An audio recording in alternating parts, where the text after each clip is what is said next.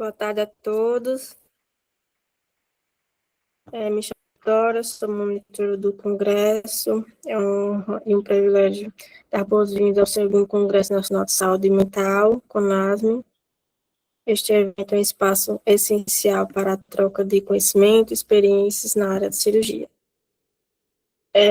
Nosso tema central é saúde mental e cuidado integral, na formação, ciência e humanização, as perspectivas.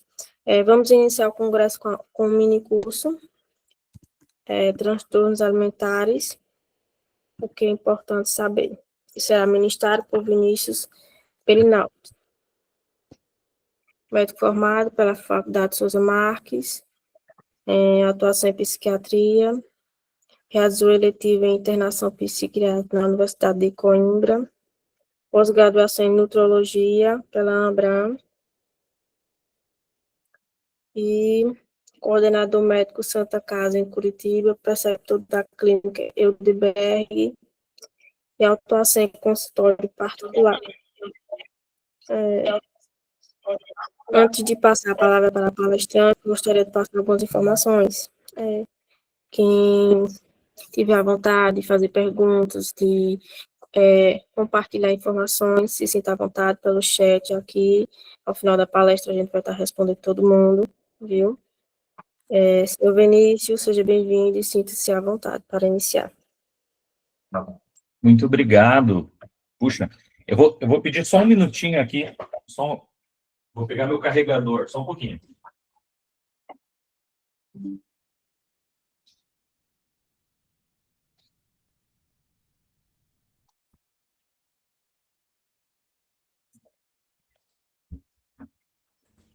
Senão vai acabar a bateria no meio do... Gente, muito feliz de estar aqui com vocês. Pelo visto, tem gente... Vocês estão conseguindo me ouvir bem aí? Ficaria muito feliz se cada um comentasse aí o lugar da onde está vindo. Seria muito legal ter uma mínima ideia. Da Bahia, olha só que legal. Puxa, se tem alguém que gosta da Bahia, meu Deus do céu, terra boa. Sempre fui muito bem recebido. Legal, olha a quantidade de gente de vários lugares.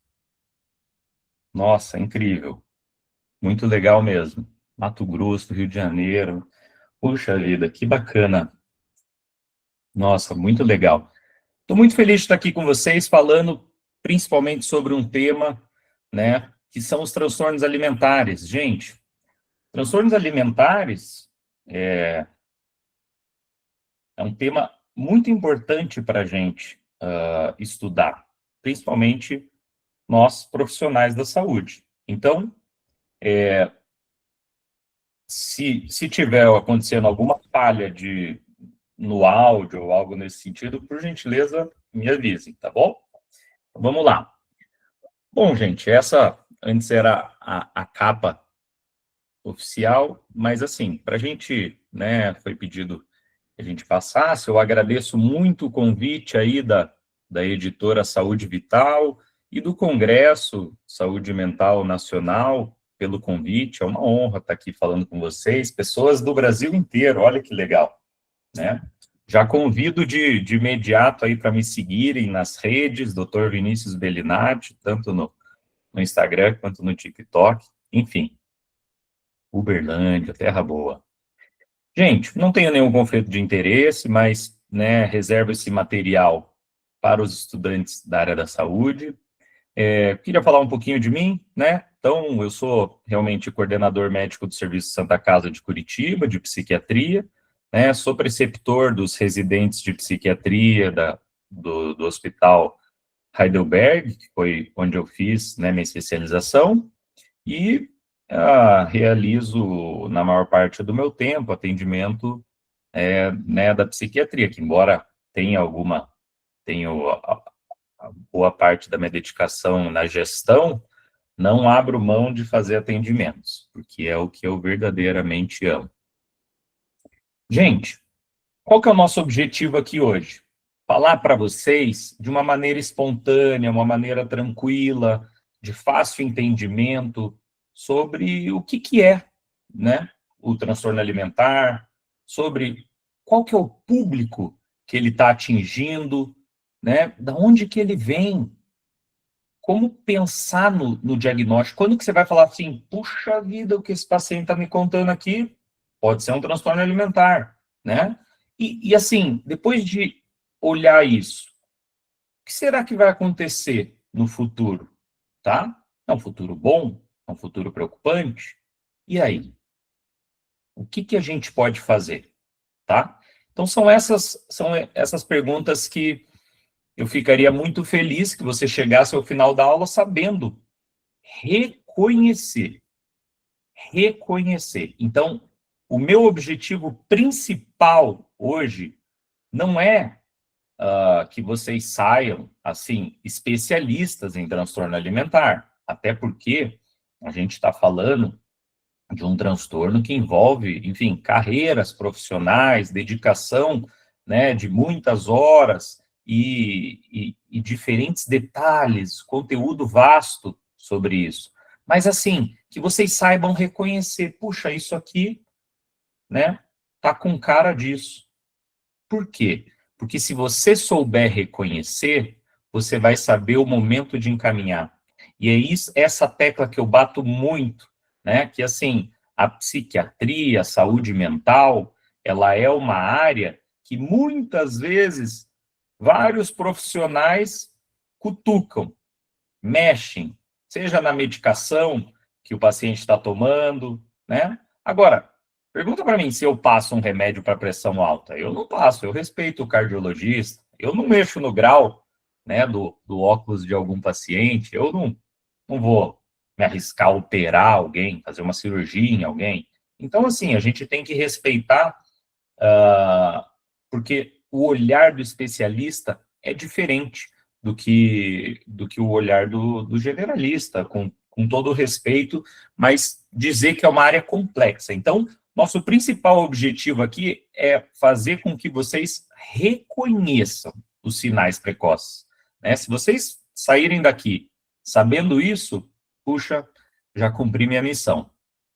Agora, lógico, a gente vai pincelar sobre os transtornos, né? Falar de quadros clássicos, quadros atípicos, né? A gente vai identificar critérios de, meu Deus, quando você tem que realmente parar tudo e vou encaminhar para uma internação, né? E, lógico, todos eles a gente vai estar integrando multidisciplinar, né? Então, o médico, o psiquiatra, eu não sou melhor do que ninguém, eu sou, a minha importância é assim como a do nutricionista, é assim como a do nutricionista, principalmente o comportamental, né, que nos auxilia muito, assim como do psicólogo, que nos auxilia muito, né? Então, é uma equipe que a gente vai precisar, né? Felizmente, aqui em Curitiba, eu tenho profissionais da minha confiança, os quais eu encaminho, né? Hoje em dia a gente está muito na questão online. E aí, quais são as recomendações de leitura? Já que nem eu te falei, a gente tem ali 1h30, 2, para conversar sobre um tema que, puxa, a gente poderia passar talvez um mês falando sobre ele e ainda faltaria coisas para dizer. Por quê? Porque falar sobre o tema, dá essa margem aí, é fácil. Agora, o difícil é identificar, e você vai ver. A gente vai falar adiante, e eu vou trazer um caso clínico para vocês vão ver que como é difícil a realidade. Então, assim, 4 livros que eu acho, assim, essenciais para vocês terem aí. Não que eles sejam a fonte da verdade, digamos assim, mas que são livros muito bacanas. Seja o Gabbard, né, que traz bastante a psicodinâmica, seja o DSM, agora a gente está no 5 revisado, né? Seja esse livro fantástico do Dr. Apolinário, né, que é lá do Rio de Janeiro, ou seja, A gente tem um grupo de pesquisa no Brasil e tem bons pesquisadores a nível internacional no Brasil que tem bastante renome no campo do desenvolvimento da ciência, como o Dr. José Carlos Apolinário e o Dr. Taki Cordaz, né, que está lá na USP. E o compêndio, o Kaplan, né, são livros excepcionais nessa área. Vamos lá. Gente, eu quero te chamar para refletir um pouquinho comigo, né, para a gente pensar um pouquinho juntos, além dos diagnósticos, mas para que a gente dê uma filosofada, uma refletida aqui sobre o que é beleza, né? O que a nossa sociedade hoje está trazendo como, meu Deus, isso daqui é bonito, né? Isso aqui não é bonito. Bom, então assim, como a gente pode ver, lá no Antigo Egito, a gente já tinha esse conceito. E sabe o que era bonito? Era bonito os ombros estreitos, a cintura ser mais alta, né? Depois, na Grécia Antiga, esse conceito foi mudando, né? Na Idade Média, a pele mais clara, a pessoa mais encorpada, digamos assim, né? Era visto como, puxa, sinal de nobreza. E assim foi indo. 1920, por volta disso, os seios eram mais bonitos, reduzidos, a cintura foi desvalorizada, enfim. Agora, a gente está, talvez, numa beleza pós-moderna, barriga chapada, seios, glúteos, e eu gosto muito desse tema. Atualmente, até esse mesmo autor desse artigo, que foi retirado essa imagem, traz que a gente está numa era um tanto quanto a arrumação das Kardashians, digamos, né? Então, assim, a gente já passou da época de colocar muita boca, da época de fazer preenchimentos em excesso, e agora a gente já está arrumando, talvez, os preenchimentos que a gente está fazendo. Mas, assim, é aquela velha história, né? Beleza está nos olhos de quem vê. Então, mas quando a gente fala de estética, a gente não poderia falar desse conceito sem a gente não poderia falar de transtorno alimentar sem a gente falar desse conceito. Olha essa imagem aqui, que interessante. A Mona Lisa, né, obra do Leonardo da Vinci, que é tida como uma das obras mais importantes da arte, né? Era uma mulher bonita, né? A Gioconda, representada uma mulher bonita. Como será que ela seria representada hoje em dia? Né? Então, uma pergunta interessante para a gente se fazer atualmente. Ai, doutor, nossa, a tua aula tá muito boa até agora. Meu Deus, olha só isso. E eu desafio vocês, quem aqui não acha essas pessoas atraentes? Né? Então, é nítido que se a gente perguntar na rua, digamos, se a gente perguntar aqui para todos, quem aqui que não acha essas pessoas atraentes? Beleza, a pessoa pode não achar atraente, mas dificilmente ela vai falar que é feia, né? Agora, a pergunta é a seguinte: será que isso é o atraente ou será que isso se tornou um padrão de atração, né? E será que ser atraente é a fórmula da felicidade, né? Ou será que é um anseio nosso a ser aprovado ou a ter um companheiro, né? O que faz a pessoa ter tanto esse anseio de ser atraente, né? Por que eu estou falando isso? Estou falando isso porque os transtornos alimentares, eles têm uma relação tremenda com a nossa era. E a nossa era, eu estou falando referente ao tempo, né? Assim como a região, é lógico, assim como a classe social, é lógico. Então, olha lá o que o Glenn Gabbard fala numa parte do livro dele. Os transtornos alimentares parecem uma condição do nosso tempo. A mídia eletrônica nos bombardeia diariamente, né? Talvez eu traria agora a cada minuto, né? Com imagens de mulheres ou homens esbeltos que têm tudo, né? E o paciente típico do transtorno alimentar, ele é uma mulher branca, educada, economicamente favorecida e um produto da cultura ocidental, tá? Isso foi trazido em 89, gente. Ou seja, 30 anos atrás. Mas, assim, é um trecho muito sábio, porque traz tempo, traz região, traz classe social. O que a gente sabe hoje é que o que ele fala de mulher branca, educada, economicamente favorecida, não é mais isso. Se expandiu esse conceito, né? Então, o transtorno alimentar não está só nesse nicho aí.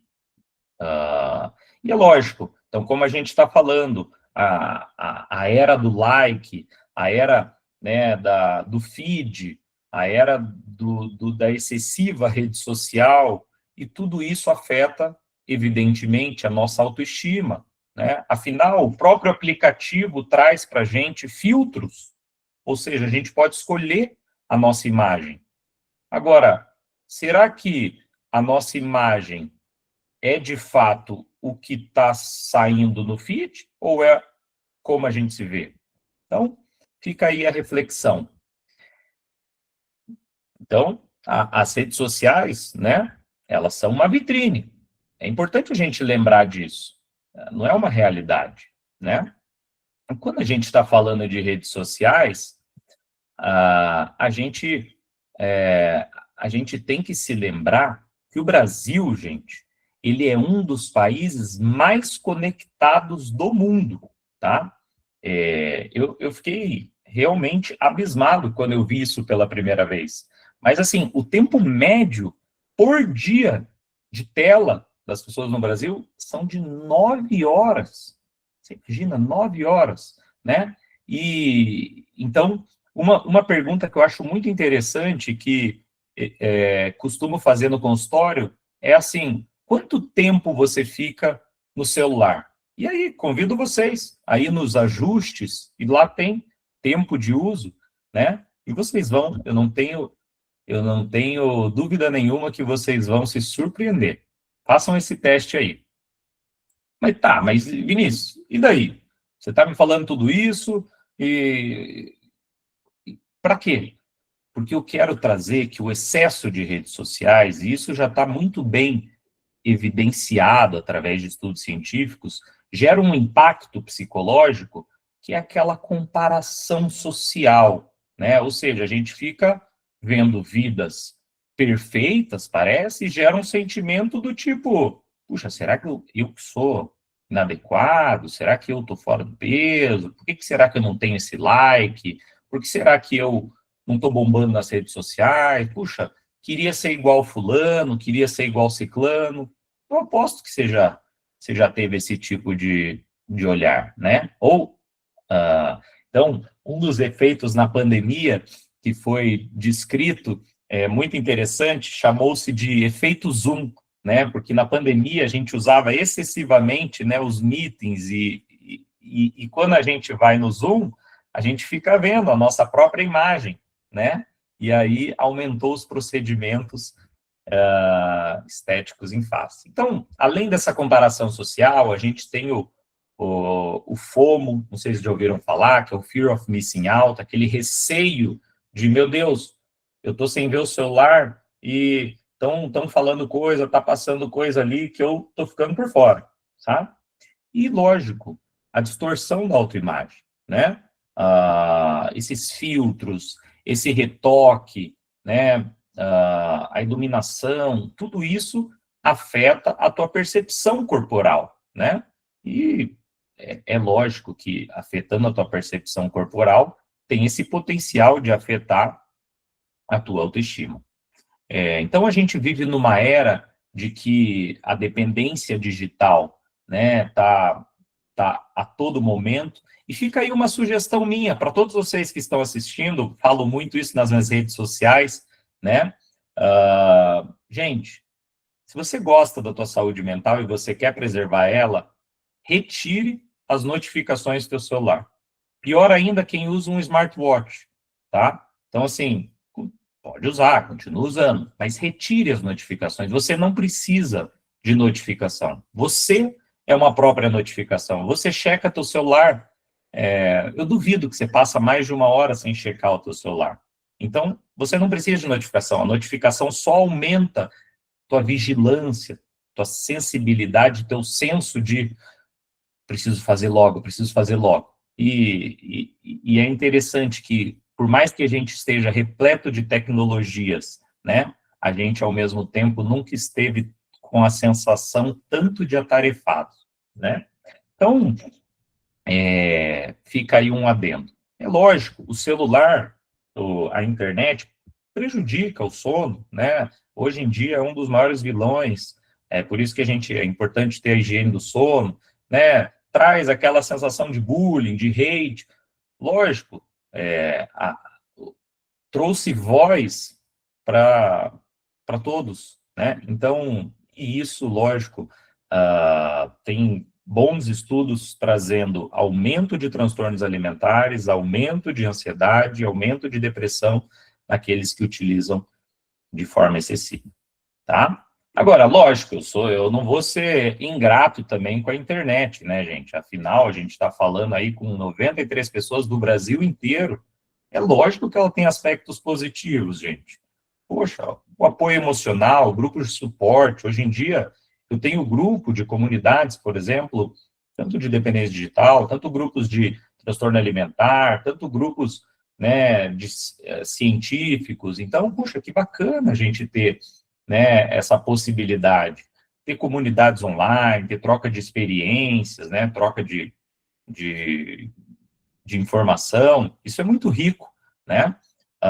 É lógico, ela é um instrumento, né? Então, assim como ela pode ser usada para o bem, ela pode ser usada de uma maneira excessiva. Então, a gente vai trazer informação, a gente vai trazer expressão pessoal, né? Criatividade, construção da identidade, senso de pertencimento, conexão social, né? Olha que bacana, falando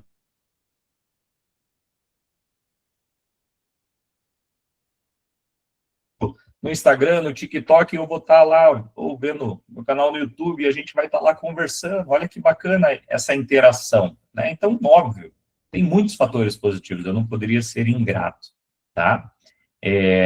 Agora, vamos parar para pensar. O que o ato de comer significa? Quando eu falo isso, assim, ó, o que ele significa além de se nutrir, né? Óbvio, comer, se nutrir. Olha que bonita essa imagem, né? O que aparece ser aqui? Um pai alimentando o seu filho, né? Ah, e olha a alegria do pai de ver o filho comendo, não é mesmo? Então, assim, alimentar, obviamente, demonstra afeto, demonstra vínculo, né? Óbvio, gera uma regulação emocional. Quem nunca estava ansioso ou, enfim, acabou comendo um docinho ou, enfim, usou da alimentação para alguma regulação emocional, né? O se alimentar gera identidade, né? Olha que a gente vai ver diferentes culinárias do mundo, então gera socialização. Então a gente não está falando só de um gesto para se nutrir. A gente está falando de afeto, de vínculo, de regulação emocional, de identidade. Eu sou Bellinati, é italiano. Para mim, a mesa, nossa, são 3, 4 horas de mesa em festa de família, né? Lógico, gera imagem corporal. E, com tudo isso, pode trazer um sintoma psíquico, tá? Bom, a gente vai falar sobre transtornos alimentares, né? E quando a gente fala transtornos alimentares, a gente tem que entender que eles são um comprometimento persistente da alimentação, do comportamento alimentar, tá? Então, assim, a gente não está falando só de alimentação, mas a gente está falando muito do comportamento alimentar, tá? Que isso pode resultar em consumo ou absorção alterada de alimentos e que, lógico, acontecendo isso vai gerar impacto na vida física, psíquica do indivíduo, né? Inclusive social. Além disso, é comum apresentar alterações na autoimagem e problemas na autoestima, né? Não são todos os transtornos alimentares que a pessoa tem alteração da autoimagem, né? E isso a gente vai ver adiante, tá? Gente,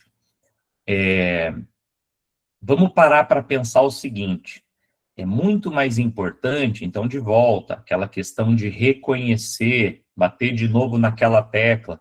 O que eu estou querendo trazer aqui para vocês é para vocês conseguirem falar assim, puxa, talvez seja bom conversar com um psiquiatra, talvez seja bom, né, você ir procurar um profissional da saúde mental, né? Por quê? Porque quando a gente fala de diagnóstico, a gente falou ali do DSM, né? Puxa, se a gente lê, todo mundo, né, sair lendo ali o DSM, vai estar todo mundo, meu Deus, estou diagnosticado aqui com alguma coisa, me identifiquei com alguma coisa.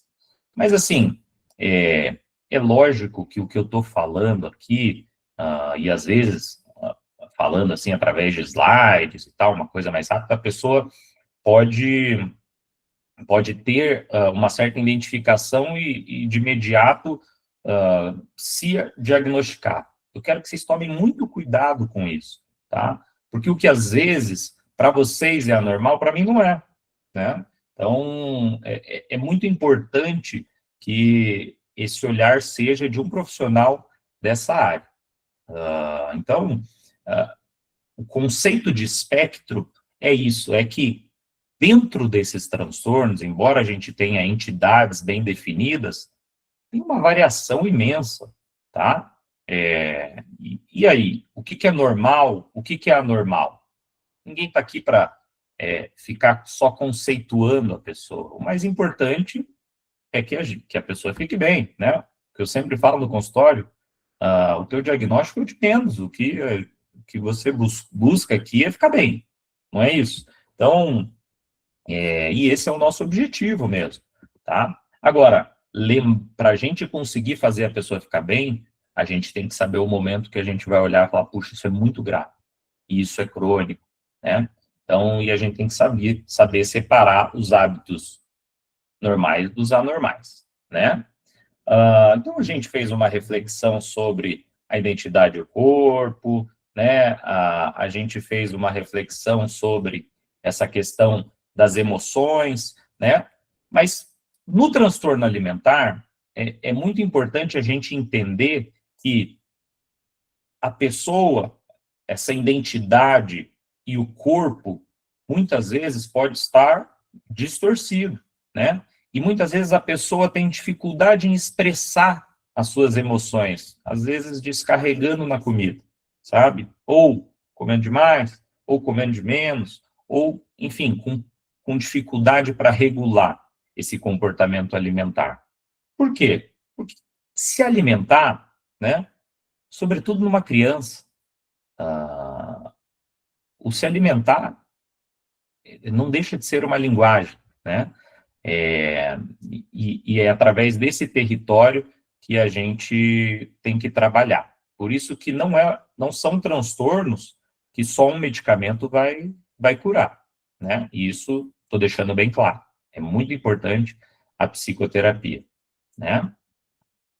Bom, quando a gente vai pegar o DSM, né, que é o Manual dos Diagnósticos, a gente vai ter descrito lá 6 transtornos alimentares, né? Desde anorexia nervosa, bulimia nervosa, transtorno da compulsão alimentar, pica, transtorno da ruminação, transtorno alimentar restritivo ou evitativo, né? Mas, assim, para não ficar muito extenso e um pouco minucioso demais, talvez, a gente vai falar sobre os principais, né? E o mais frequente é o transtorno da compulsão alimentar, tá? E, lógico, a gente vai falar sobre anorexia nervosa, bulimia nervosa, tá bom? Gente, começo aqui com vocês mostrando uma imagem. E eu quero que vocês olhem com carinho e com um olhar de psiquiatra ou de psicólogo, de uma espécie de detetive aí para essa imagem. O que ela está representando para vocês?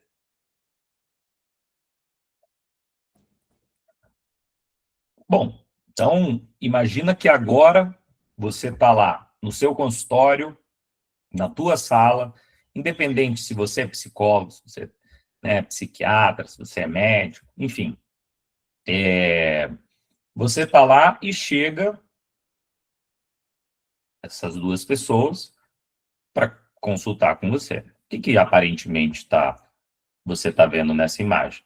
Bom, provavelmente uma mãe, né, ao lado da filha com um olhar cabisbaixo, a mãe com mãos nos ombros, que representa muito o apoio, né? E provavelmente uma filha emagrecida, né? Comentaram aqui, deixa eu ver se eu consigo ver o chat. Bom, depois eu leio melhor, tá?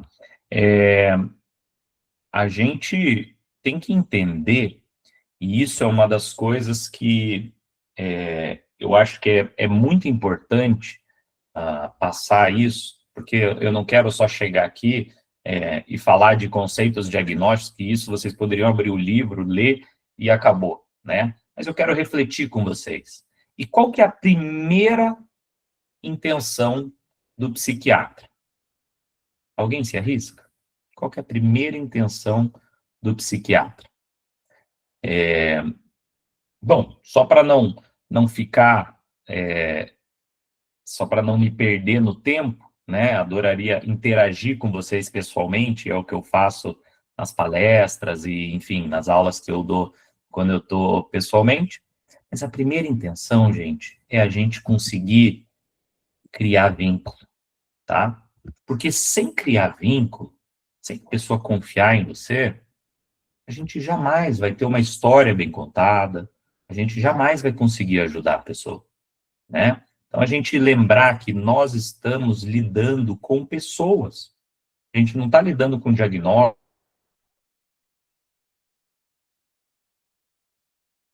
né? A gente está lidando com um ser humano que está ali te procurando no momento de dor, no momento de fragilidade, né? E a entrevista é um dos momentos mais importantes, né? Por isso que a gente estuda muito a entrevista, né? Por quê? Porque ao mesmo tempo que ela tem ciência, ela tem humanidade. Ou seja, ela se torna uma espécie de arte, né? Então, assim, isso é comentado em vários livros, que a gente vai ver assim, puxa, a entrevista psiquiátrica é quase uma arte. Por quê? Porque não é algo robótico. O ideal não é, e aí, me conta, como é que tá teu sono? Como é que tá não sei o quê? Como é que tá não sei o que lá? Não, você vai fazer ganchos, a pessoa vai se sentir que está conversando com alguém, né? E é esse o objetivo central. Por quê? Porque isso vai facilitar a tua criação de vínculo, né? Claro, integrando, eventualmente, explicações de alguns momentos, mas principalmente compreendendo o fenômeno e descrevendo. Ela é o instrumento central da psiquiatria, é no momento que a gente vai ter a fenomenologia. O que é a fenomenologia? A gente descrever o que a gente está vendo, né?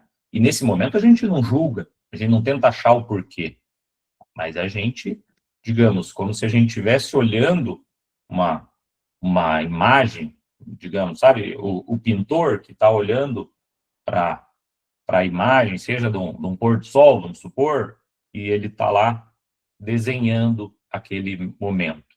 É isso que a gente tem que fazer e a fenomenologia nos ensina.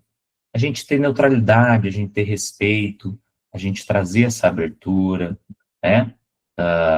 E só o fato de uma boa escuta, gente, já é parte do tratamento, tá? Então, muitas vezes, né, tenho pessoas que me perguntam no celular, esse medicamento, não sei o quê, eu tento agir com carinho e com respeito com todos, mas eu gosto sempre de lembrar o valor, assim, terapêutico que tem uma escuta ativa, né? É por isso que eu faço questão de, por exemplo, ficar 1 hora conversando com a pessoa, né, de conversar sem pressa, escutando, atendo poucas pessoas por dia para estar descansado, estar conectado com aquela pessoa. Então, o vínculo é uma peça central, né? E a pessoa ter confiança em você. Confiança é uma coisa que a gente conquista, né? A gente não ganha confiança, a gente conquista confiança. Agora, a gente tentar compreender o que trouxe ela aqui, a história atual, o que vai acontecer. E aí, uma das maiores dificuldades nesses casos. Por quê? Porque o que trouxe a pessoa aqui, muitas vezes, ela não acha que ela está doente, né? Então, a gente vai falar mais sobre isso. Lógico, a gente vai avaliar o quanto aquilo está prejudicando a vida da pessoa. E, com base nisso, principalmente numa primeira entrevista, a gente vai traçar um plano. Gente, isso que eu te falei não é só para transtornos alimentares, isso é para a tua vida, tá? Seja como psiquiatra, seja como profissional da saúde. Então, assim, quando você está numa consulta, você tem uma foto. Mas o ideal, gente, seria a gente ter um filme da vida da pessoa, tá? Então, para a gente conseguir fazer um bom diagnóstico, a gente vai estar falando aqui de diagnóstico adiante, a gente precisa de um filme, a gente precisa de mais informações, tá? E acompanhar aquela pessoa. Portanto, eu sempre desconfio daquelas pessoas que foram em consultinha de 10 minutos, já saíram lá com um diagnóstico, né? Tudo bem, você dá uma impressão, olha, parece, pelo que você está me contando, pode ser. Isso é uma coisa. Agora, você conseguir fechar um diagnóstico, traçar uma boa conduta, você precisa de tempo. E uma das maiores ferramentas na psiquiatria é o tempo, tá? Então, não adianta de nada eu ter o melhor computador, eu ter o consultório numa localização super boa, mas se eu não tenho tempo com o meu paciente de qualidade, talvez não vale nada. Bom, então, essa menina aqui que nos procurou, ela tem 17 anos, né? Ela está estudando o 3º ano do ensino médio e ela está fazendo vestibular para medicina, tá? Ela veio falando assim, doutor, falaram que eu estou neurótica com o peso. Sabe quem que encaminhou ela? Foi a pediatra, tá? Ou seja, ela veio trazida pela mãe, né? E a mãe preocupada, que nos últimos 8 meses ela teve uma perda expressiva de peso, né? Mas trazendo também, você percebendo esse medo intenso de engordar, evitando carboidrato, fazendo jejum prolongado, né? Prática excessiva de exercício físico, né? E você conseguiu, através de conversar ali nesse momento com ela, notar que ela tem uma certa distorção da imagem corporal, né? Se colocando como gorda, se recusando a comer em ambientes sociais, desmaiou as últimas 2 vezes, desmaiou 2 vezes nos últimos 3 meses, né? Então, e ela vem culpando ainda a mãe, falando, minha mãe está falando que eu estou muito magra, mas eu estou gorda, né? Então, olha que isso a gente está fazendo uma história, né? A história médica atual, muito resumida, tá? Muito resumida, e assim, já trazendo algumas coisas que eventualmente demoram tempo para a gente coletar de forma, né, sincera. Por isso que eu bato tanto na tecla do tempo. Na história pregressa, ela não tinha nenhuma clínica relevante, ela era uma boa aluna, ela era perfeccionista, era introvertida, era na dela. Não tinha uso de álcool, droga, tá? Na história familiar, mãe com histórico de transtorno depressivo. E aí é uma coisa interessante, gente, que assim, puxa, doutor, mas você atendeu ela com a mãe ou atendeu sem a mãe? Gente, consulta psiquiátrica, sempre, sempre, sempre a gente precisa conversar com o paciente sozinho, tá? Isso é uma coisa muito importante. Tudo bem a gente acolher os dois, tudo bem a gente escutar a mãe, importante, né? Mas a gente precisa, sim, conversar com a pessoa sozinha, né? Às vezes ela não vai contar na frente da mãe, tá? IMC de 15, muito baixo, peso 42 quilos, altura de 1,67, tá? Enfim, peles ressecadas, lanugo, amenorreia, ou seja, estava sem menstruar, já tinha 5 meses, tá? Tinha pouco contato, ficou cabisbaixa, né? E falava que não tinha nada, tá? Você já viu os exames de sangue, né? Porque ela veio, pensa, ela veio de uma pediatra, ou seja, você já viu que tinha uma certa leucopenia, você viu que o potássio estava alterado, né? Você viu que o eletrocardiograma estava alterado, né? Até a formação óssea dela estava alterada. E aí? Estamos falando de qual diagnóstico? Acho que alguém já tinha escrevido ali, né? Então, imagina, meus queridos Dr. Houses aí, vocês estão diante desse caso. E aí? Gente, a gente tem restrição da ingesta calórica, certo? Com peso significativamente abaixo do mínimo esperado, correto? Até aí, tudo bem? Gente, a gente tem um medo intenso de engordar, tá? Ou seja, gente, a gente não está falando só de emagrecimento, tá bom? A gente está falando de medo de ganhar peso, medo de engordar. Isso não é todo mundo que perde peso que tem, tá? Então, se lembrem disso. E a gente tem uma alteração do peso corporal, da percepção do peso corporal, né? Principalmente quando a pessoa não reconhece a gravidade do problema. Puxa, se você chegar para alguém e falar assim, olha, você está muito abaixo do seu peso, sabe? Puxa, você está perdendo osso, você está com alteração aqui dos seus exames. Tá?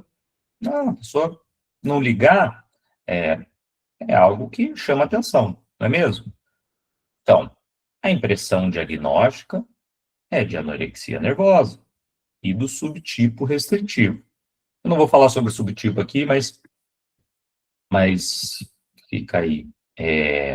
Então, assim, anorexia nervosa, gente, foi assim que eu quis começar esse tema. Anorexia nervosa, vem de ausência e orexis vem de apetite, tá? Esse é um nome que talvez, hoje em dia, a gente não daria esse nome, tá? Por quê? Porque quem tem anorexia nervosa não necessariamente tem ausência do apetite. Na verdade, isso não é verdade, tá? Muitas vezes as pessoas têm muito apetite, tá? Só que naquela época se referia dessa forma. E é algo antigo, tá? Mas a gente tem que ter, principalmente, inanição, ou seja, um, um emagrecimento excessivo, um comportamento induzindo esse emagrecimento, né? Uma busca incessante pela magreza e um medo mórbido de engordar, tá? E aí, é lógico, a pessoa não está comendo, a pessoa está buscando isso a toda hora. É óbvio que isso vai trazer sintomas físicos. Então, vocês entendendo algumas coisas, vocês vão ver que fica óbvio, tá? Agora, qual que é o difícil aí? O difícil é a gente localizar, e o mais difícil é fazer essa pessoa aderir ao tratamento, tá? Porque para ela não se vê doente, né? Então, a gente vê, assim, na internet, né? Elas se chamam de ANAs e as MIAs, as bulimias, né? E você vê, assim, nesses grupos, nesses fóruns, elas ensinando umas às outras como ficar mais tempo sem se alimentar, sabe? Umas coisas tanto quanto bizarras, assim, tá? Então, basicamente, anorexia nervosa, restrição alimentar, medo de ganhar peso e distorção do corpo, tá? Gente, na tentativa de agradar os pais, elas são boas meninas. Então, assim, a anorexia nervosa, gente, eu trabalho com isso. E eu posso afirmar, na maior parte das vezes, tem uma questão familiar por detrás, tá? E muitas vezes elas são vistas como boas meninas, perfeccionistas, boas notas, boa aluna. Lembra que essa menina era, né?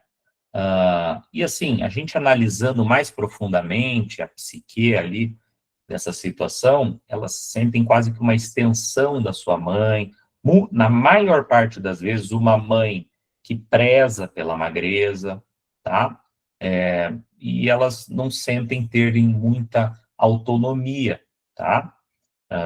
Tem um esforço frenético para ganhar a admiração, a validação de uma pessoa especial, única, né?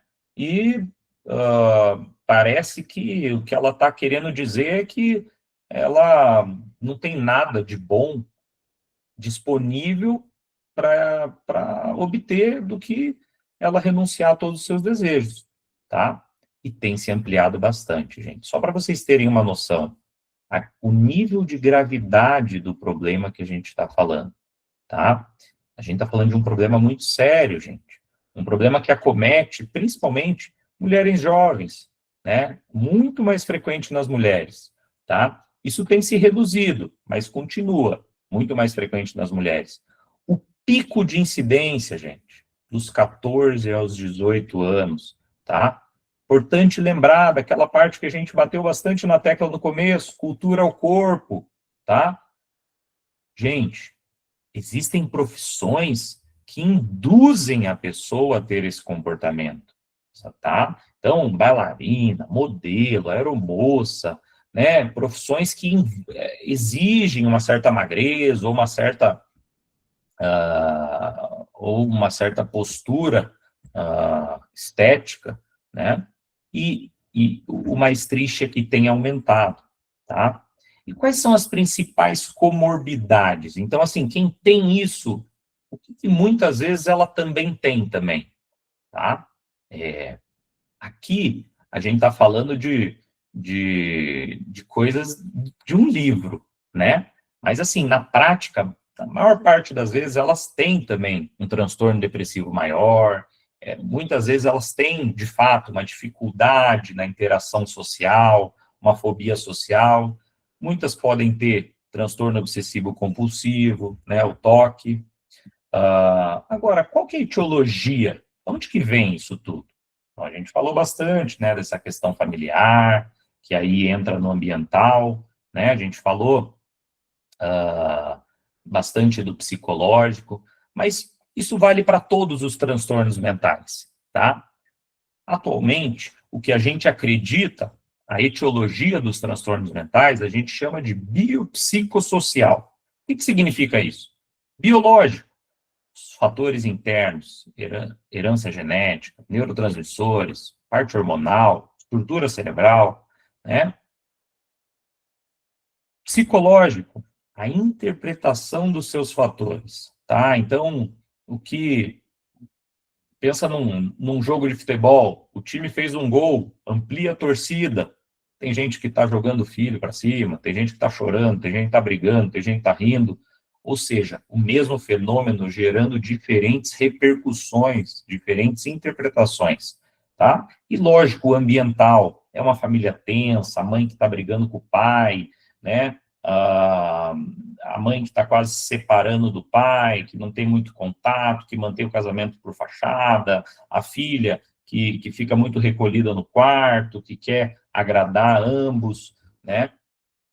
Então, agora, como é que é a historinha aí da anorexia, né? Então, geralmente ela começa, de fato, na infância e adolescência, né? A pessoa vai restringindo o se alimentar, vai evitando alimentos engordantes, carboidratos, ela vai tendo uma alteração da imagem corporal, né? Se sentindo acima do peso, mesmo em estado de emagrecimento grave, tá? Então, ela vai tendo esse medo intenso de engordar, né? Que é o diferencial, tá? Em muitas outras situações, tá? Então, a gente está falando de uma doença, gente, que principalmente os transtornos alimentares é um diagnóstico de exclusão. Então, chegou um paciente vindo, lembra, esse caso clínico veio de uma pediatra que já investigou, já viu, puxa, será que ela não está com anemia? Será que não está, né, com alguma infecção? Será que ela não está num processo de algum câncer? Né? Será que ela não está... Já se questionou isso e encaminhou para a gente, tá? Por quê? Se não tivesse feito isso, aí a gente investigaria, tá? Por quê? Porque é um diagnóstico de exclusão. E muitas vezes o que nos faz achar ainda mais isso é o medo que a pessoa tem de engordar, tá? E a vida da pessoa, gente, gira em torno da dieta. Tudo é alimentação, tá? A pessoa deixa de jantar, muitas vezes, por conta da dieta, a pessoa deixa de frequentar alguns lugares por conta da alimentação, né? E muitas vezes isso vai gerando uma perda de peso contínua, tá? Ela vai se isolando, obviamente. E é interessante que, por mais que ela não esteja se alimentando, muitas vezes elas manipulam que estão se alimentando, porque a mãe já pegou no pé alguma vez para se alimentar, ou o pai, e daí deixa pacotinho de bombom, por exemplo, só o pacotinho para os pais acharem, né, que está se alimentando, enfim. Agora, as complicações. Pensa, uma pessoa que não está se alimentando. Quais são as complicações? Né? Anemia, alteração endócrina, osteoporose, alteração hidroeletrolítica, principalmente o potássio, né? E olha isso, gente. Olha o que a gente está falando aqui. Pode levar à morte súbita, tá? Então, a gente está falando de um transtorno que não é só um transtorno alimentar.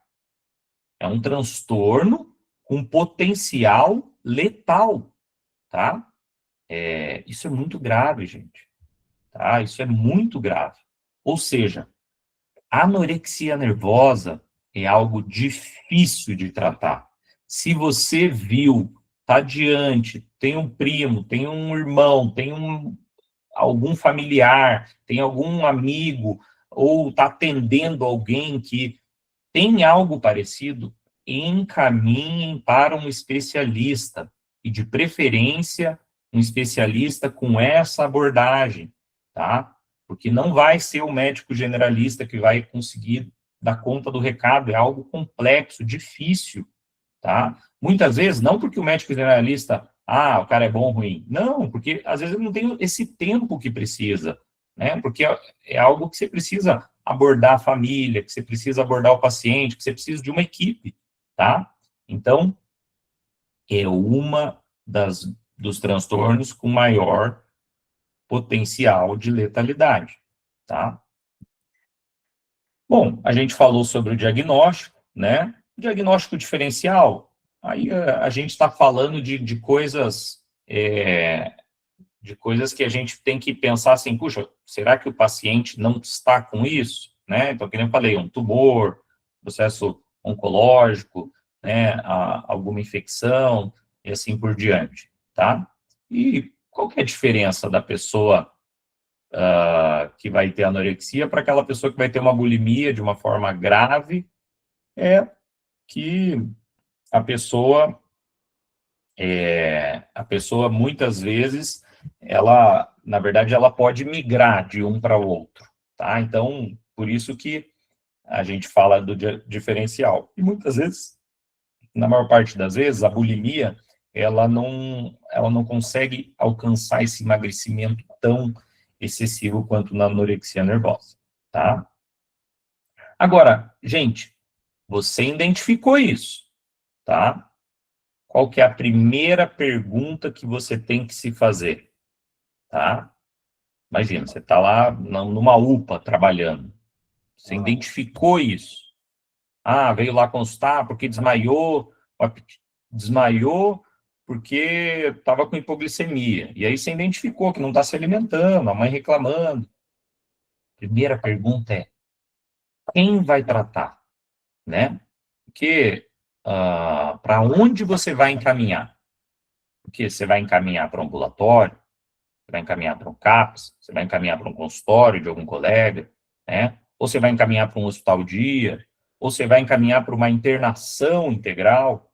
Então, são situações delicadas, difíceis, tá? Difícil não só para o colega de outras áreas, mas também para o especialista, super complexo, tá?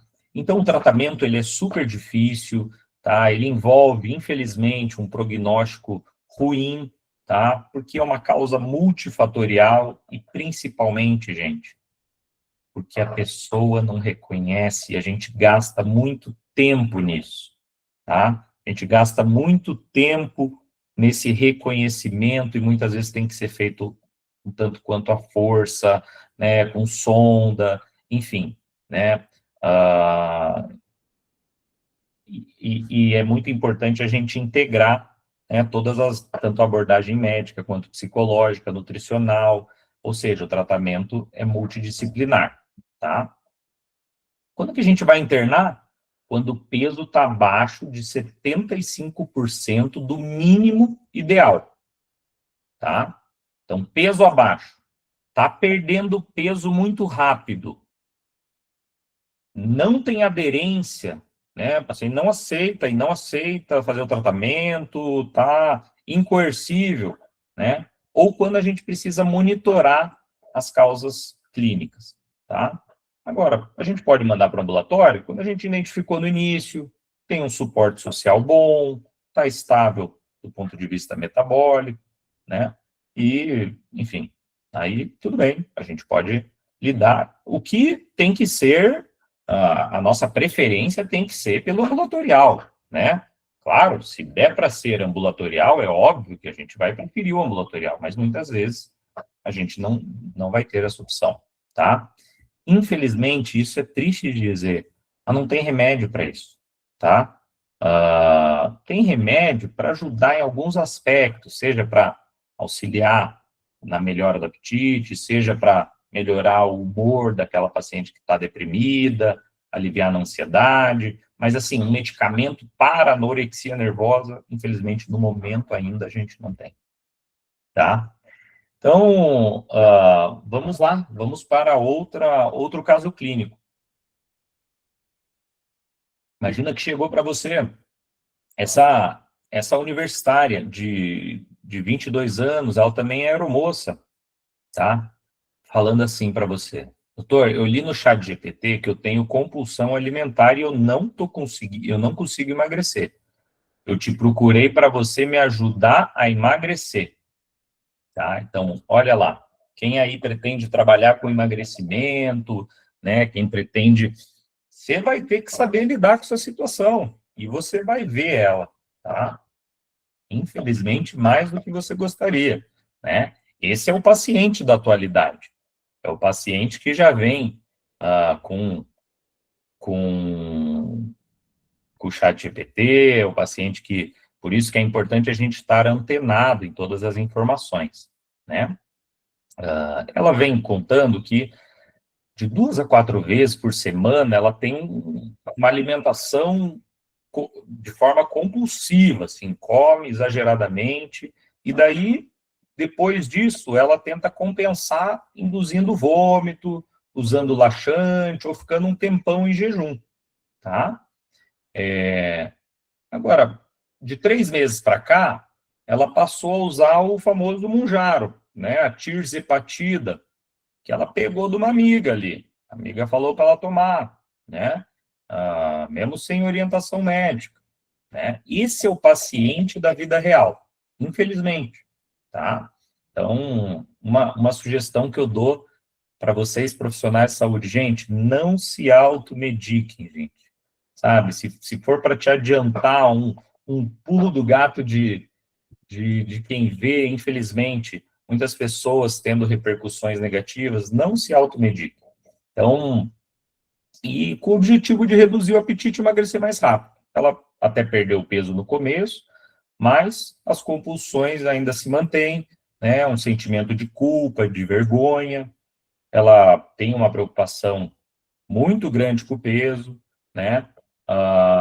E ela se põe como, meu Deus, doutor, eu estou muito, mas muito obesa. Só aí você já percebe que está distorcido a autoimagem, né? E um comportamento alimentar caótico. E, gente, quando eu falo caótico, o que é um episódio de compulsão alimentar? Um episódio de compulsão alimentar, geralmente, ele é diferente de hiperfagia, tá? É importante a gente diferenciar aqui. Hiperfagia é o apetite aumentado, tá? Então, a pessoa está comendo demais. Eu estou comendo todo momento demais, tá? Agora, o episódio de compulsão alimentar, ele é um episódio. Ele é um momento em que a pessoa come, geralmente, cerca de 3 vezes a mais do que ela está habituada, tá? E aí, puxa, e aí vem coisas assim, bastante intensas que a gente escuta, a pessoa que foi lá no McDonald's, aí depois fez um miojo em casa, e daí depois, né, comeu mais chocolate, enfim. Ela, por conta disso, ela começou a se isolar, né? Mas, segundo ela está fazendo 2 aulas de personal trainer por dia, todos os dias. Nossa, todos os dias, 2 aulas de personal trainer por dia. Então, olha como essa é uma paciente da vida real. E, assim, o que eu quero te lembrar é que, assim, talvez para a amiga dela, ela está indo super bem, está fazendo personal 2 vezes por dia, né? Ela emagreceu usando o medicamento. Ou seja, muitas vezes a gente não consegue identificar quem está próximo da gente, tá? Então, é importante lembrar que, assim, exercício físico não é sinônimo, não é necessariamente igual à vida saudável, tá? A gente vai ver, eu faço acompanhamento, né, de alguns atletas em que a gente vê muito sofrimento, tá? Agora, lógico que faz bem, mas 2 vezes por dia, todos os dias, será que não está demais? Tá? A gente sabe que os manuais diagnósticos, a recomendação para a gente sair do sedentarismo é acima de 150 minutos por semana. Mas entre 150 minutos e 300 minutos, a gente está usufruindo da melhor parte do exercício físico. Acima de 300 minutos, a gente já começou a ter dano. Daí a gente já começou a oxidar demais, tá? Enfim, na história dela, ela se lembra de ter episódios que ela ficou mais deprimida, ela ficou mais para baixo, não queria sair da cama e tal, né? Tem uma mãe com histórico de transtorno alimentar. Puxa. Gente, lembrando que assim, tá? História familiar. Você chegar e perguntar para o teu paciente, assim, ó, na família, alguém tem algum transtorno? Eu duvido, claro, salvo os pacientes muito bem esclarecidos, mas a maioria deles vai falar que não, tá? Agora, é diferente de você abordar como que é o comportamento deles. Alguém tem algo parecido, né? Como que é o temperamento do seu pai, da sua mãe? Por isso que eu sempre falo, a psiquiatria é a área da minuciosidade. Uma boa coleta de informações é uma coleta com tempo, com calma, tá? Ela fazia uso recreativo de álcool e tem um perfeccionismo acentuado, tá? No exame físico, você identificou que ela tem uma certa hipotensão ortostática, ou seja, quando ela fica de pé rápido, ela pode baixar a pressão dela, né? Ela tem erosões dentárias e, ó, no calo, no dorso da mão dela, você percebeu que tem um calozinho. O que você está falando, Vinícius? Não sei do que você está falando, tá? Isso a gente chama de sinal de Russell, tá? E, óbvio, ela aparentava estar desidratada, né? Trouxe os exames mostrando glicemia de jejum baixa, alteração do potássio, tá? E aí, meus caros, estamos falando de qual transtorno?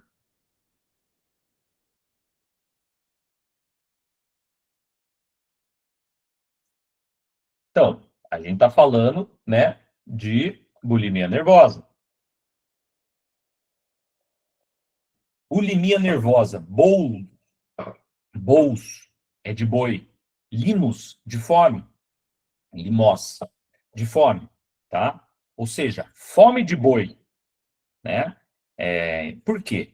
Porque, assim, a pessoa tem uma fome que ela fala, meu Deus, eu quero comer a parede, sabe? Eu quero comer tudo. Tudo come, come, come, come, come, come, come, come, insaciável, assim, come, come, come, come. Aí chega uma hora que ela para aí, meu Deus, começa a suar, começa a passar mal, vai lá e vomita. Quando ela vomita, ela alivia, tá? Ela se sente bem vomitando.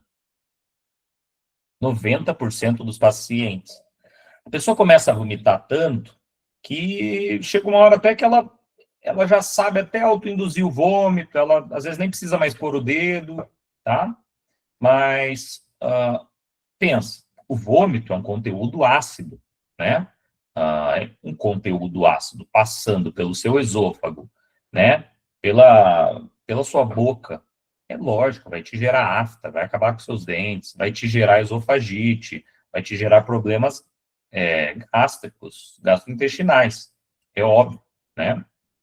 Então, a frequência dos episódios tem que ser de pelo menos 2 vezes na semana, mas quando você vai identificar, você vai ver que é mais, tá? Facilmente você vê só 2 vezes na semana. E é importante lembrar que isso pode acontecer de uma forma um tanto quanto episódica, a pessoa ter momentos que ela faz mais esse comportamento e momentos que parece que dá uma passada, tá? Então, mas ela tem uma influência indevida do peso corporal, né? Então, ela preza muito pelo peso. Não é à toa, ela pegou o remédio da amiga, lembra? Então, esse é o sinal de Russell. Por quê? Russell era um psiquiatra inglês, né, que descreveu isso pela primeira vez, tá? Então, só para você ter ideia, a gente está falando de algo antigo, bastante antigo, tá? Vômito autoinduzido, 90% dos casos, é difícil caso que não tem, mas existe, tá? Existe, e muitas vezes abusando de laxante, diurético, né, até drogas, assim, cocaína, enfim, outros medicamentos. Aí, lógico, aquilo que eu falei, as complicações, a pessoa vai ter prejuízo dos dentes, alargamento das parótidas, esofagite, mas o que a gente se preocupa é assim, ó, com a alteração cardiovascular, principalmente, né? Tá? Olha lá, a erosão dos dentes, né? Então, ali a diferença que eu tinha comentado antes.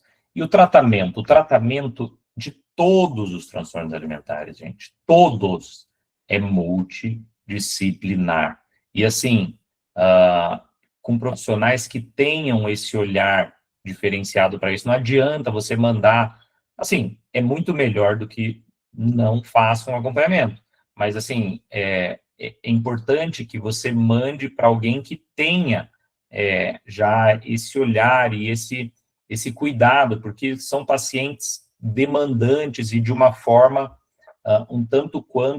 com uma demanda um tanto quanto diferente, atípica, né, que você tem que dar orientações, você tem que ter um comportamento um tanto quanto mais ativo e às vezes ir atrás, falar com a família e assim por diante, tá? Então, psicólogo, psiquiatra e nutricionista, de preferência comportamental, tá? Encaminhar o psiquiatra sempre que possível, tá? A pessoa tem a possibilidade, hoje em dia, gente, tem a internet, né? Hoje em dia tá fácil encaminhar, né? Agora, e não é vergonha nenhuma a gente encaminhar. Muita gente deixa de encaminhar o paciente com receio assim, eu vou perder o paciente. Mas, gente, se você tem uma boa pessoa para encaminhar, eu te garanto que você vai ganhar ainda mais a confiança daquela pessoa, tá? Então, isso nem sempre é verdade, tá bom? A gente dificilmente vai internar, tá? mas quando tem complicação médica, tem comportamento de risco, abuso de substância, e o medicamento, a gente tem uma série de medicamentos que a gente pode utilizar, tá? Mas o que é aprovado, o que tem mais estudos, é a fluoxetina em doses altas, né, de 3 comprimidos de 20 miligramas, né? Lógico, a gente começa aos poucos, né? E assim, de volta, não é só medicamento que vai tratar isso, tá? O medicamento ajuda bastante, mas não é só isso, tá? Existem outras abordagens, mas, que nem eu te falei, não é meu objetivo aqui hoje falar sobre isso. Agora vamos para um dos mais, o queridinho da galera, né? Que eu já falei antes. Ué, mas, Vinícius, mas você estava falando de compulsão alimentar ali antes. E agora você vai falar do transtorno da compulsão alimentar periódica? Qual que é a diferença? A diferença é que um é um fenômeno. Esse aqui que a gente está falando é um transtorno, tá? Então, o transtorno da compulsão alimentar, ele tem episódios de compulsão alimentar. Agora, qual que é a diferença para a bulimia? A pessoa não vai compensar, tá? Então, a pessoa não vai vomitar, não vai usar laxante, não vai ficar em jejum. Ah, beleza, a pessoa pode, talvez, amanhã eu vou fazer exercício físico para ajudar, mas não é de uma forma extenuante, compensatória, tá? A pessoa pode se sentir mal, pode se sentir culpada, muitas vezes, mas isso não vai levar ela a tomar alguma atitude compensatória, tá? E a maioria dos pacientes é obeso. Eu, antes de fazer psiquiatria, eu fiz nutrologia, né, como a gente falou no início, e acabei sendo uma certa... graças a Deus, acabei sendo uma certa referência em transtornos alimentares aqui em Curitiba, e assim, a gente atende muitos pacientes pós-bariátrico, né, pacientes com uma obesidade grave, e assim, é importante a gente olhar para isso, tá? É importante a gente olhar para a compulsão alimentar. Muitas vezes são pacientes que, doutor, já tentei emagrecer de todos os jeitos, fazendo, né, reeducação alimentar, utilizando medicações e tal, mas às vezes nenhum profissional parou para reparar o comportamento alimentar da pessoa. Ficaram muito só no alimento que a pessoa come, mas não na relação dela com o alimento, tá? 2% da população geral. Agora, dentro dos obesos, gira em torno de 75%, tá? Então, olha lá, paciente com obesidade grave atinge até 75%, tá? Então, está em 25% dos pacientes obesos, né, muito frequente, e é o transtorno alimentar mais comum. É um pouco mais comum em mulher do que em homem, tá? E aí, quando a gente está falando, para a gente diagnosticar mesmo, a gente não está falando só da compulsão alimentar. Gente, não é aquela pessoa que vai numa churrascaria e come demais, tá? Importante vocês entenderem isso, porque senão estaria a maioria das pessoas diagnosticadas. Não é isso, tá? É aquela pessoa que tem isso com frequência, essa perda do controle, tá? Ingere bastante comida, perda do controle, tá? E que muitas vezes essa perda do controle faz com que a pessoa coma mais rápido, faz com que ela, puxa, comeu, se sente desconfortável, preciso tomar antiácido, preciso tomar, né, tal remédio pelo desconforto. Então, é a pessoa que acaba comendo grandes quantidades, mesmo ela estando sem fome, tá? E muitas vezes leva aquela pessoa a comer sozinha, porque daí é a esposa que já está falando, meu Deus, está comendo demais, não sei o quê, ou o marido que está falando, meu Deus, está comendo demais, tá dando. E a pessoa já, tipo, puxa, assalta a geladeira ali na madrugada.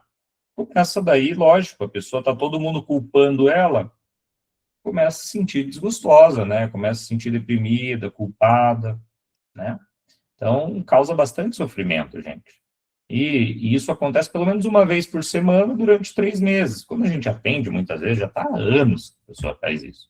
tá? E não está associado a algum comportamento compensatório. Gente, o que é importante lembrar, tá? É importante lembrar que existem momentos e podem existir momentos que isso parece que desaparece.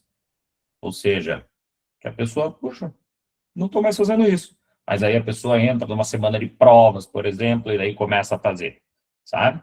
Então, a gente percebe, às vezes, essa intermitência, digamos assim, tá? Então, aí o que acontece com essas pessoas? Lógico, muitas vezes ela tem obesidade mais cedo, né? Ela tem uma obesidade muitas vezes mais grave, né? Ela tem muitas vezes uma resposta difícil ao tratamento, né? Por quê?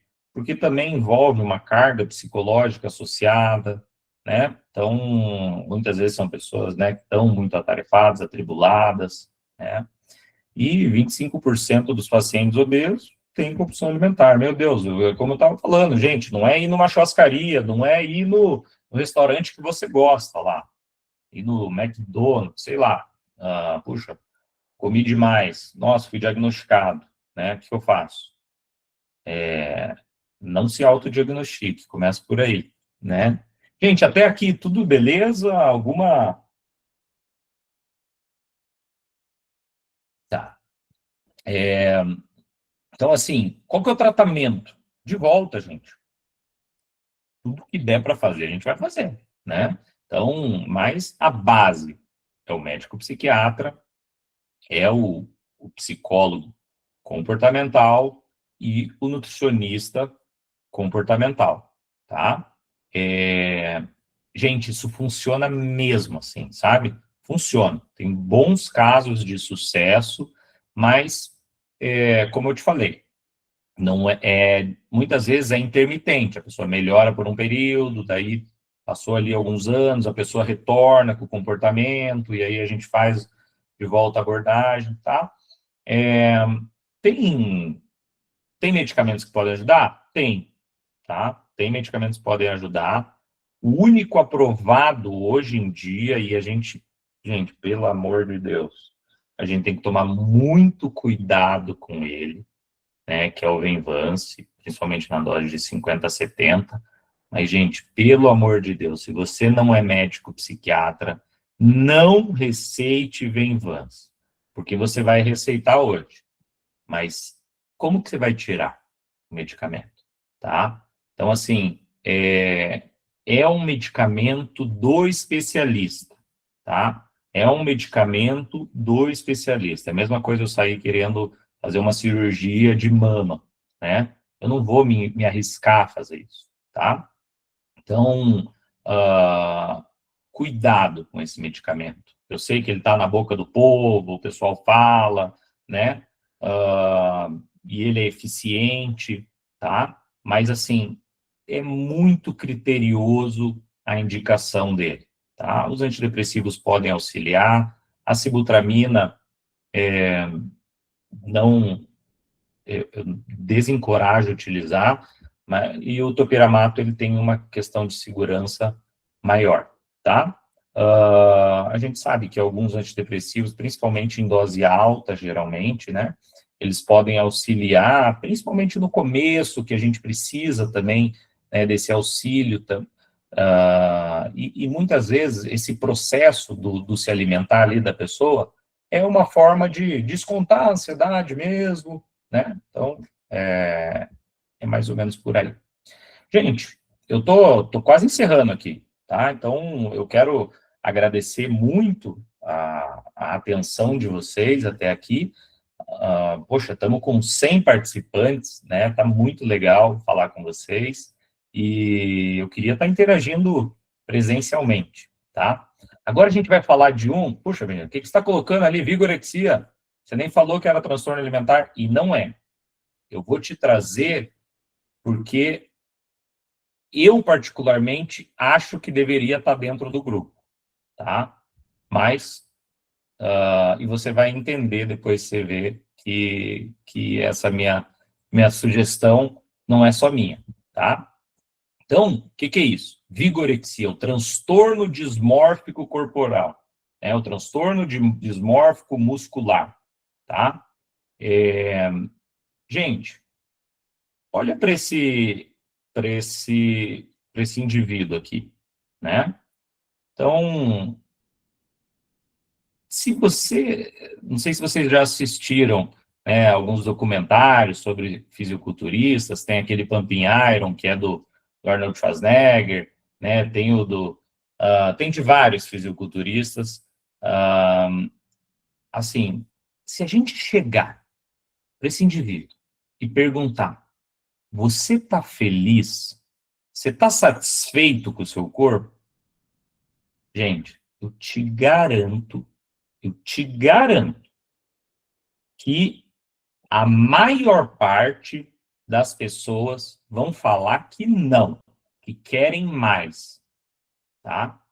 E é isso que é uma obsessão. Eu nunca me esqueço de uma história. Eu tenho um tio que é fisiculturista, né? Tenho uma prima que é fisiculturista, então tenho muito respeito por aqueles que são. E agora, isso não é sinônimo de saúde, tá? E eu nunca me esqueço de uma história que meu tio contava, que ele é muito fortão, tal, grandão, e ele falava assim: poxa, tinha um amigo meu maior ainda, ele chamava de Hulk, né? Que ele chegou para o médico falou: cara, teu coração tá do tamanho de um boi aqui, de tanto anabolizante que você está usando, né? Não te dou aí 5 anos de vida nessa intensidade, nesse formato que você está vendo.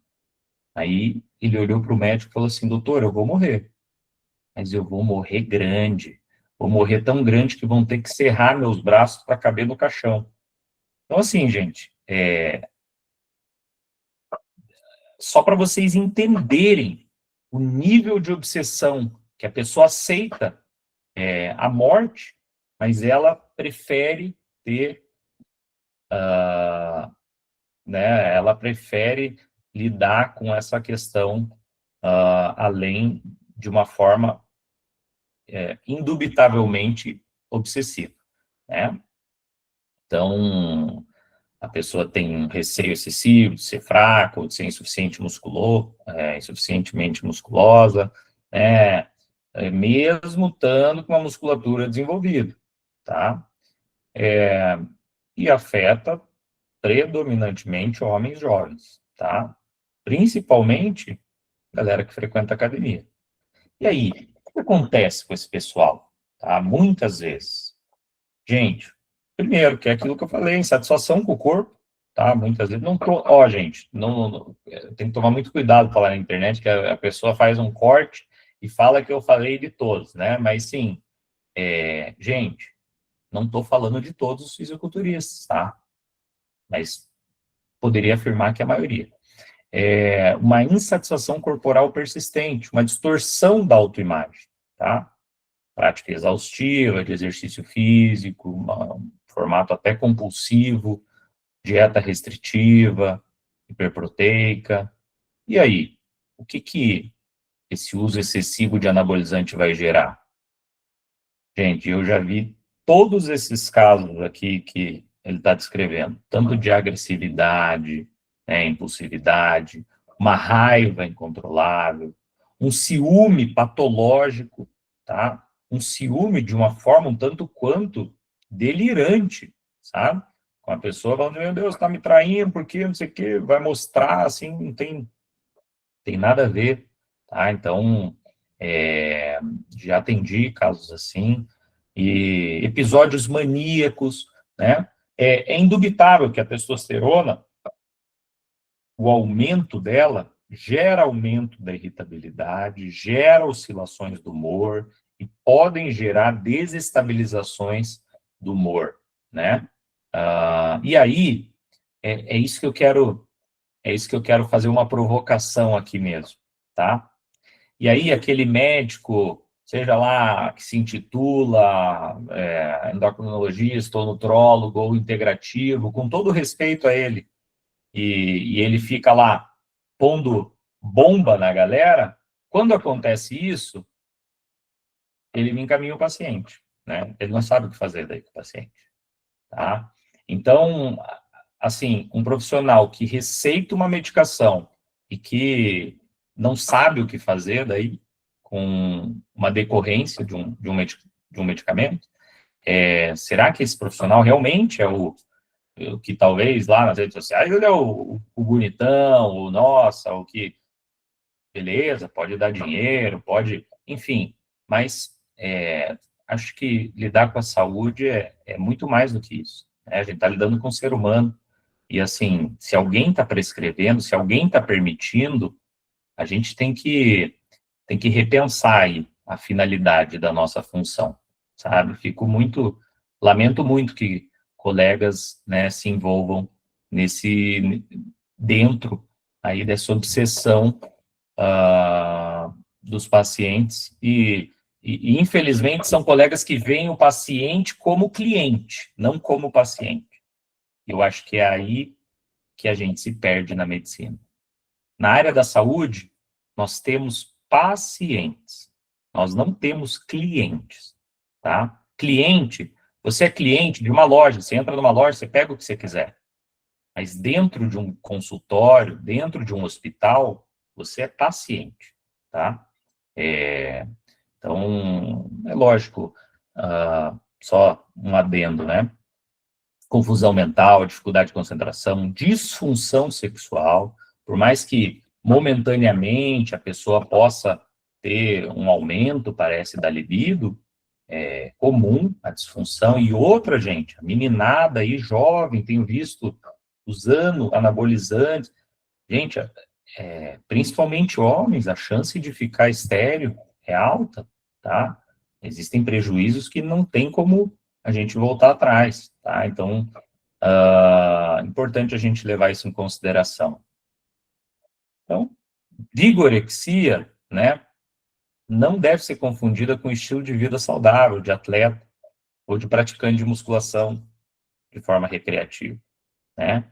Então, esse indivíduo que está aqui na foto, ele, puxa, você olha para ele e fala, meu Deus, né? Saudável. Muitas vezes as aparências enganam, né? Muitas vezes a gente vai ver e o paciente está metabolicamente super comprometido. Ou talvez agora não, mas talvez para frente, né, vai estar. E o diferencial vai estar na perda de controle, sofrimento psíquico, comprometimento da vida social, emocional, profissional, né? E para fechar, gente, juro que eu estou acabando. Vamos falar de ortorexia rapidinho, que é um transtorno muito massa, trazido por o Dr. Steven Bratman, que, cara, é um cara muito legal, um cara que tem vários livros legais, tá? Que escreve bastante sobre isso e que tem tudo a ver, que faz muito sentido, certamente vai ser incorporado. Já temos bastante estudos e tal, e vai ser incorporado pelos diagnósticos. Isso que é legal, gente, da ciência, né? Que a ciência, ela é mutável, ela vai se adaptando conforme o comportamento da população vai mudando, né? E, então, fica aí a recomendação, né, do Dr. Steven Bratman.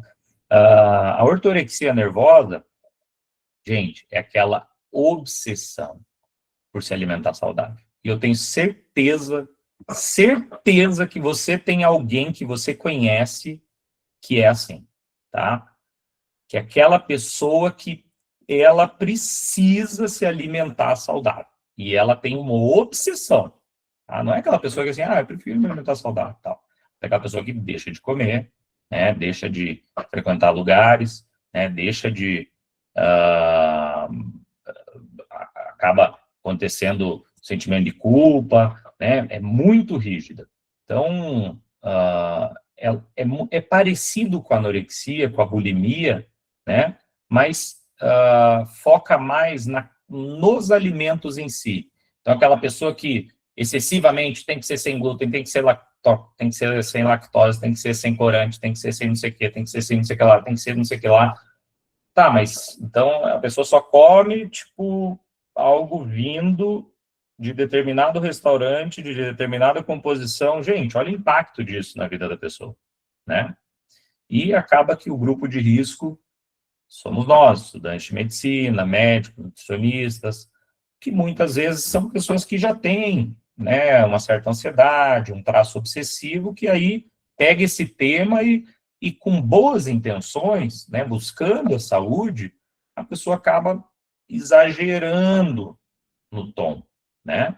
Então, gerando impacto físico, emocional, social, isolamento, culpa, rigidez alimentar.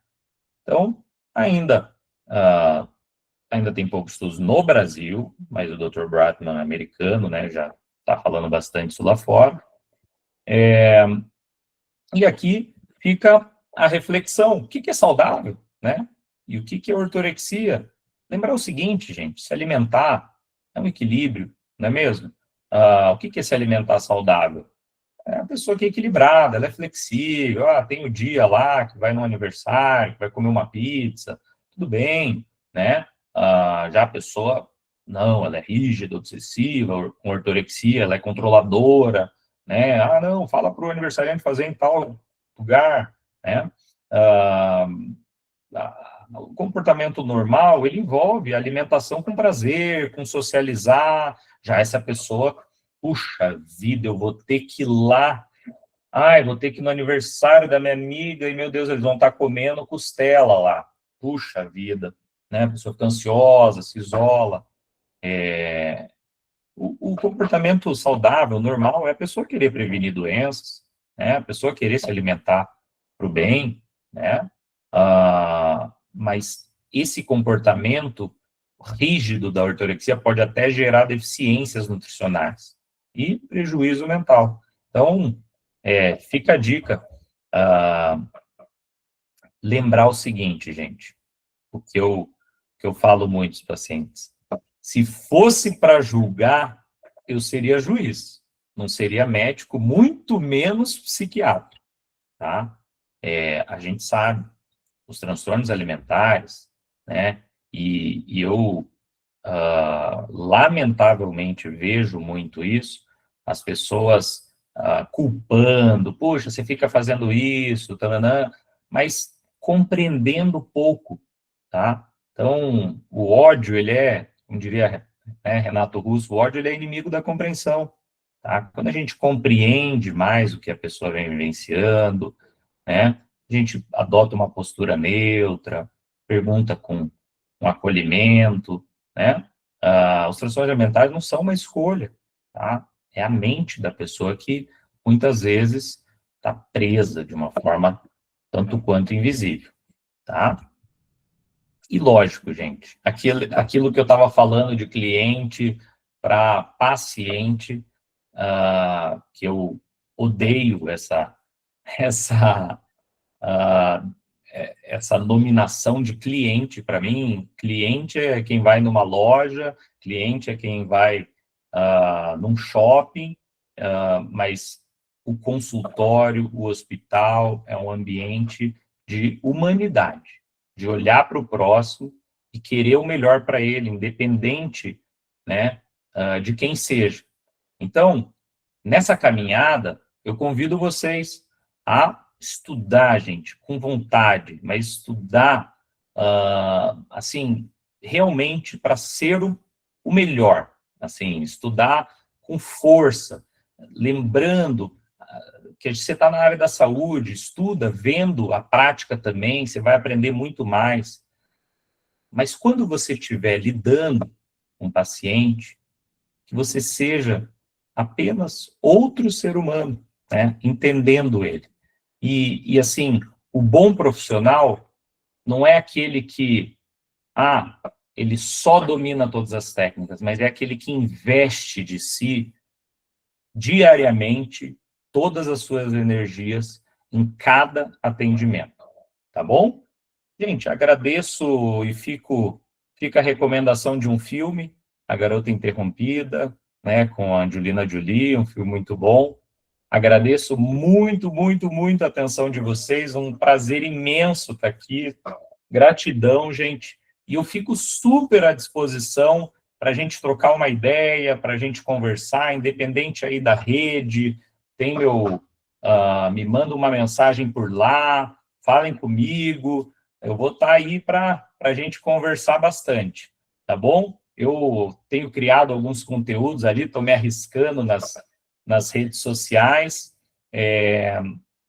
mas eu fico super à disposição de vocês, eu adoro esse contato, e assim, a gente vem desenvolvendo alguns estágios, alguns cursos aí futuros, e vai ser um prazer estar conversando com vocês de volta, tá bom? Então, não deixem de me mandar uma mensagem aí no Instagram, no TikTok, enfim, aguardo vocês por lá, tá bom? Maravilha, doutor Vinícius. Vou ler aqui uma pergunta do nosso chat para você, de Lorena Laís. Ela fala muito sobre isso, que temos que pagar a terapia para não comermos nossas emoções. E muito importante conscientizar nossos clientes e pacientes sobre a automedicação. Excelente, excelente, verdade. Eu vejo muito... obrigado, gente, muito obrigado de coração, tá? De coração mesmo. Tô até meio suado aqui, que é um pouco cansativo falar tanto assim, né? Mas, vou admitir aí para vocês que boa parte da minha vida eu tinha muita ansiedade de falar em público. Mas, graças a Deus, consegui lidar com isso e creio eu que consegui, né? Mas, exatamente, assim, a automedicação, gente, infelizmente, é algo que a gente vê muito acontecer na prática. Sobretudo naquelas pessoas que têm acesso, né, que hoje a inteligência artificial, né, então, já está acontecendo a inteligência artificial na área médica, né, então isso abre uma porteira aí para a gente ter excessivas automedicações, né? Então, essa questão do controle, puxa, isso é complicado, assim, eu atendo gente do Brasil inteiro no consultório, e não sei se vocês estão acompanhando, mas recentemente a gente teve a liberação de receitas amarelas e azuis, amarelas, né, que são dos psicoestimulantes, e azuis dos calmantes, benzodiazepínicos, digamos, né, para emitir pela internet. Ainda não está disponível no sistema, mas já em poucos meses será liberado. E aí me surge aquela dúvida. Claro, isso vai me ajudar super, tá? Vai me ajudar muito. Eu tenho que mandar por correio, tenho que mandar, enfim, é um certo transtorno, mas eu fico pensando, será que aquele tio que é médico, aquela avó que, sabe, aquele amigo, primo, que é médico, faz aquela receitinha ali para mim, tá? Então, que às vezes ele podia negar porque tinha acesso à receita, tá? Então, assim, no período que tive a honra de estar estudando lá em Londres e lá em Portugal, a gente via que, assim, a autonomia do médico é um tanto quanto limitada, e deve ser mesmo, tá? Eu não tenho direito de sair fazendo uma plástica de mama. Direito, na verdade, eu tenho, mas eu acredito que eu nem deveria ter esse poder, sabe? Porque não é a minha área. Então, e infelizmente a gente vê isso acontecer com frequência, a pessoa mexer na área da psiquiatria, né? Passa antidepressivo, passa antidepressivo. E aí?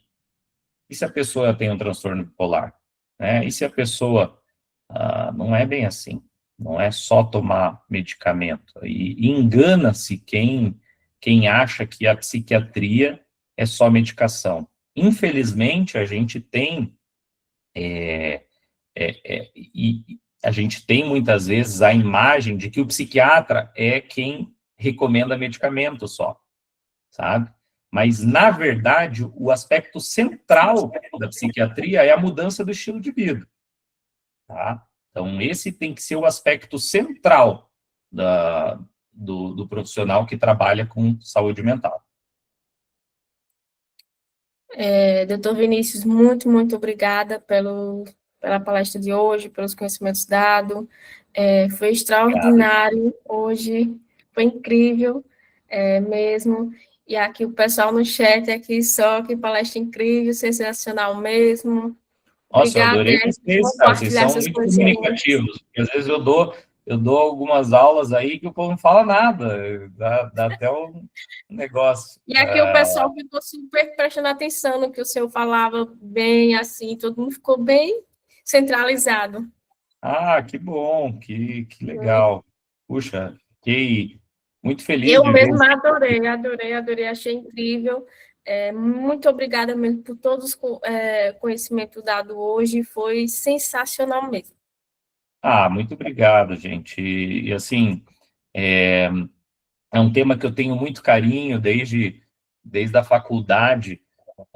Eu fui monitor de psiquiatria e já me jogaram Ai, esse tema para falar sobre, né, com os alunos de anos inferiores. E aí, desde então, não desapeguei desse tema, fiquei desde a da monitoria da faculdade. Então, para ver aí, acho que tem muita gente que está na faculdade, está na formação. Então, assim, os temas que vocês vão ler, né, e vão pegar como trabalho, sim. eles frutificam, viu? Então, eles florescem. Então, fica a dica aí. Doutor Vinícius, mais uma vez, muito obrigada. Pessoal, a gente volta com as outras palestras às 18 horas, viu? Para quem quiser acompanhar. E mais uma vez, muito obrigada, doutor Vinícius. Até a próxima, viu? Foi extraordinária. Fico à disposição, viu, gente? Falem comigo ali pelo Instagram. Eu vou estar à Der disposição. Vinícius aí, pode procurar no Instagram, em todas as redes sociais do doutor Vinícius, que ele vai estar ali respondendo todo mundo. Um grande abraço, gente. Fiquem com Deus e Vinícius, contem obrigada. comigo. Tá bom? Até mais. Tchau. Até mais. Voltamos 18 horas, viu, pessoal, com as outras palestras.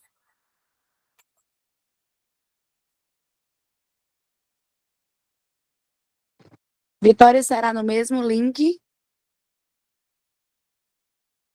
Eu creio que sim, viu, pessoal? Vamos. A Lígia falou um negócio que é verdade. Vamos tirar uma foto. Eita, olha! Esqueci. Alguém tirar aí uma foto, pessoal.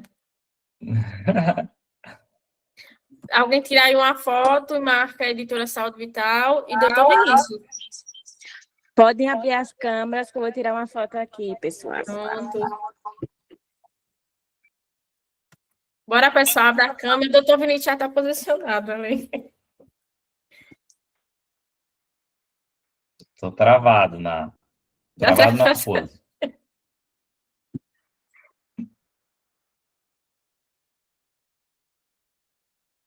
Pois me manda, hein?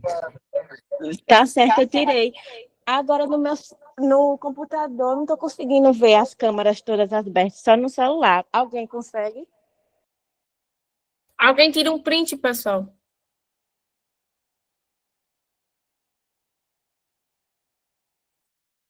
Vou tirar aqui. Pronto. Estou lendo aqui os comentários. O Ian mandou um comentário muito bom, falando sobre é importante observar o paciente em todos os aspectos, e não só estimular o uso prioritário em remédios. É isso. Você entendeu a minha mensagem. Então, fico feliz de você ter comentado isso, porque é exatamente, né? Até porque vai ser frustrante. Se você se depositar em medicamento para tratar os transtornos alimentares, você vai se frustrar. Garanto, tá? Que pode até surtir algum efeito inicialmente, mas ele vai acontecer, infelizmente, tá?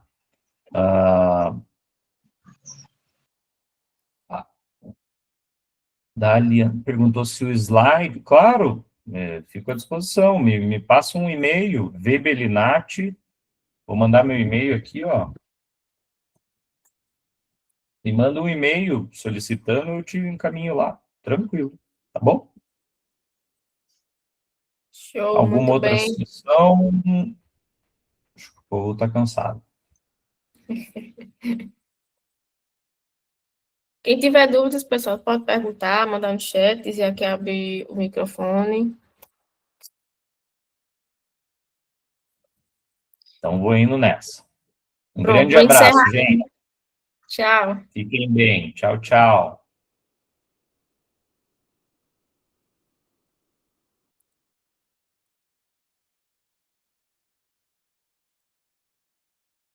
Pessoal, acho que o link fica o mesmo.